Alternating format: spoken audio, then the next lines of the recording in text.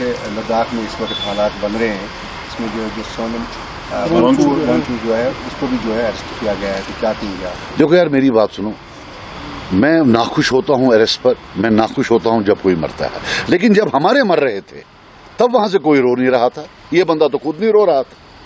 جب ہمارے جیل جا رہے تھے یہ خوشیاں منا رہے تھے۔ میں کوئی لداخی بھائیوں کے خلاف نہیں ہوں، لیکن اللہ ان کو خوش رکھے ادھر ہی، ادھر نہیں۔ آپ مجھے بتاؤ، یہ جو آج یہ کر رہے ہیں، ہمارے لوگ جیل میں نہیں ہیں؟ جودھ پور میں نہیں ہیں ہمارے لوگ؟ جے پور میں نہیں ہیں؟ دلی تہاڑ جیل میں نہیں ہیں؟ یہ ہمارے لیڈر ان کے بارے میں کیوں نہیں بات کرتے ہیں؟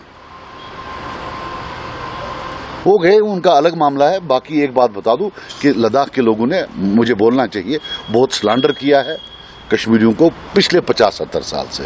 کشمیری ایسا ہے، کشمیری ویسا ہے، کشمیری ایسا ہے۔ ہم نے کیا گناہ کیا تھا؟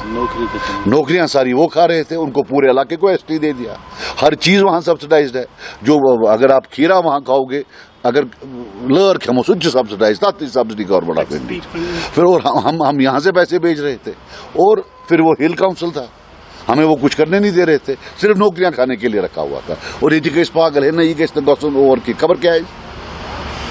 آپ دیکھو نا، یہ جو ایس ٹی کے نام پر ساری تو وہاں جابز جاری تھی۔ آپ so I am very sad that 4 people have died. اللہ may they rest in peace. مگر ایون زیادہ کارن کی چی یاد تھا کہ یہ کوشور مران چھو اجاز کچھ نہیں کر سکتا۔